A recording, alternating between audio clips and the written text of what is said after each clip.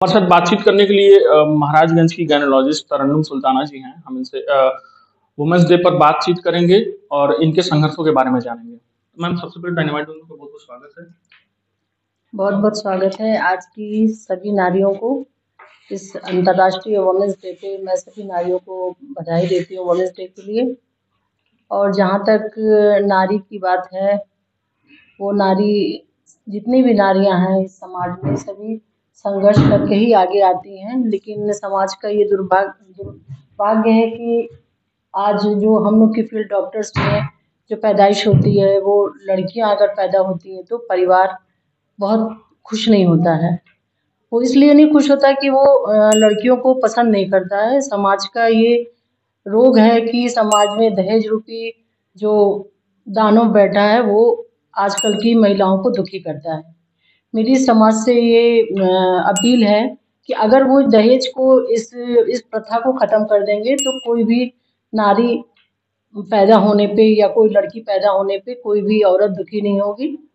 और नारी के बारे में हम क्या कहें, एक कविता है, कोमल है कमज़ोर नहीं, शक्ति का नाम ही नारी है, जग को जीवन देने वाली, मौत भी तुझसे हारी है। ये तो आप भी जानते हैं। मैम, नारी शक्ति है, नारी सम्मान है, ऐसे नारे तो मैम हर जगह उस वुमेन्स डे मनाए जाते हैं, नारे कहे जाते हैं। लेकिन हम आए दिन महिलाओं के साथ घटनाएं होती रहती हैं, रेप संबंधित, प्रताड़ना संबंधित। तो मैम, इसको आप किस नज़र से देखती हैं?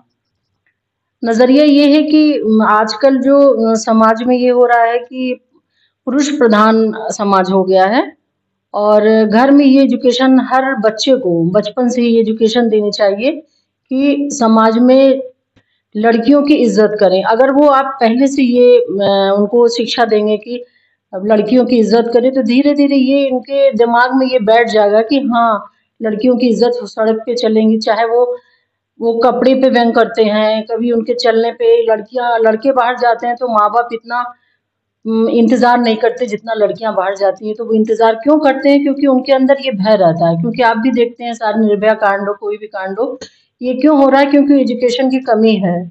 और अगर समाज में ये एजुकेशन हर घर में हर माँ बाप अपने बच्चों को ये एजुकेशन दें कि लड़कियों की इज्जत करें, अपनी नज़र को बचा के रखें और अपनी हर लड़की को बहन के रूप में, हर औरत को माँ के रूप में, बहन के रूप में देखेंगे, तो मेरे ख्याल से ये समाज से जो ये घृणात्मक कार्य जो हो रहे हैं वो खत्म हो जाएंगे। इसमें सबसे बड़ी शिक्षा है, सबसे बड़ा योगदान हर फैमिली के मेंबर्स का है, माँ बाप का है, बड़े बुजुर्गों का है कि ये शिक्षा बच्चे बचपन से ही अपने घर से दी जाए।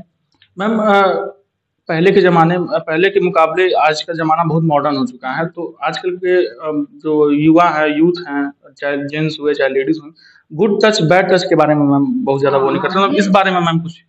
जी, ये स्कूल और जो नर्सरीज़ कॉलेज के नर्सरी में बच्चे पढ़ रहे हैं या जो छोटे-छोटे मदरसों में और विद्यालय में, और सारे बच्चों को ये गुड टच और बैड टच की ये शिक्षा तो बिल्कुल देनी चाहिए। क्योंकि समाज में अगर छोटे-छोटे बच्चों को ये बात बता दी जाती है कि टच क्या है, वो एजुकेशन बहुत ज़रूरी है। ये तो मैं अपील करूँगी सारे छोटे मतलब नर्सरी क्लासेस से ये शिक्षा देना बहुत ही अनिवार्य है। मैम, आप जनपद की एक स्वस्थापित महिला हैं, तो मैम आप इस मुकाम पर मैम कैसे पहुँची? अपने संघर्षों के बारे में कुछ बताएँ।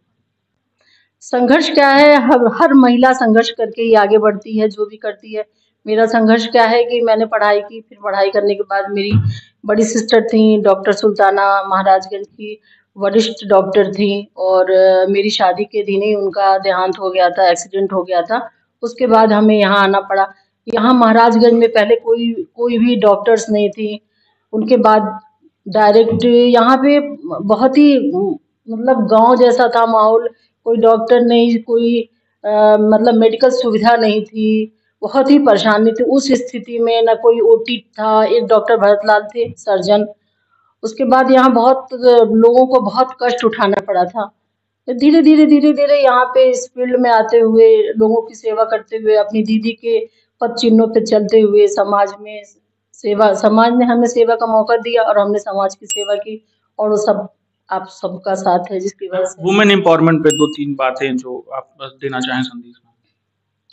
वुमेन्स के लिए क्या हम कहें, वुमेन्स अपने में मजबूत हैं, आगे भी मजबूत बनी रहे और औरतों को ही आगे बढ़ने के लिए शिक्षा दें, औरतों को आगे बढ़ने के लिए प्रोत्साहन दें। अगर कोई महिला दबी है या किसी बात से वो काम नहीं कर पा रही है, तो कुछ न कुछ फ़ील्ड में उसको शिक्षा दें। अगर वो पढ़ाई की फ़ील्ड में है, कोई भी क्या कहेंगे ट्रेनिंग है, सिलाई ट्रेनिंग है या कोई भी ट्रेनिंग है वो करे, ताकि अब वो आत्मबल अपने अंदर वो पैदा करे और समाज में चलने के लिए आगे बढ़ें और अपने पैर पे खड़ी रहें।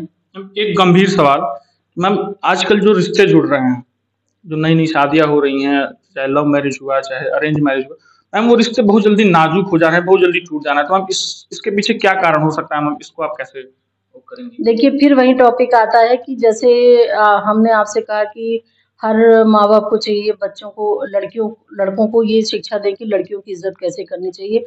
वैसे ही यहीं पे कहेंगे कि हर माँ-बाप को चाहिए कि अपनी लड़कियों को ये शिक्षा दें कि एक लड़की है, पहले पैदा होती है, वो लड़की रहती है, बहन बनती है, फिर वो पत्नी बनती है। तो जो कर्तव्य है उसका, एक बहन का कर्तव्य, एक पत्नी का कर्तव्य है, वो उसको बचपन से ही ये जब वो बड़ी होती है तो उसे सिखाया जाए, क्योंकि जो शिक्षा वो घर में पाएगी वही ससुराल में ही जाकर करेगी और वही पति के साथ भी करेगी। अगर पति-पत्नी में झगड़ा हो जाता है तो आजकल समाज में कुछ ससुराल या मायके वाले हैं, ज़्यादातर जो रिश्ता टूट रहा है वो मायके की वजह से ही टूट रहा है, क्योंकि मायके में जो गाइडेंस गलत मिल रही है जिसकी वजह से रिश्ते टूट रहे हैं। और कभी-कभी पुरुष प्रधान जो देश है वो पुरुष प्रधान देश औरतों की इतनी ज़्यादतियाँ कर रहा है जिसकी वजह से भी रिश्ते टूट रहे हैं। लेकिन कुल मिलाकर हम यही कहेंगे कि औरतों को थोड़ा-सा संघर्ष तो करना पड़ता है, लेकिन थोड़ा-सा सहनशीलता भी रखनी होती है परिवार को चलाने के लिए। अगर सहनशीलता रहेगी तो मेरे हिसाब से कोई परिवार नहीं टूटेगा। पति-पत्नी दोनों को ही सहनशीलता रखनी चाहिए।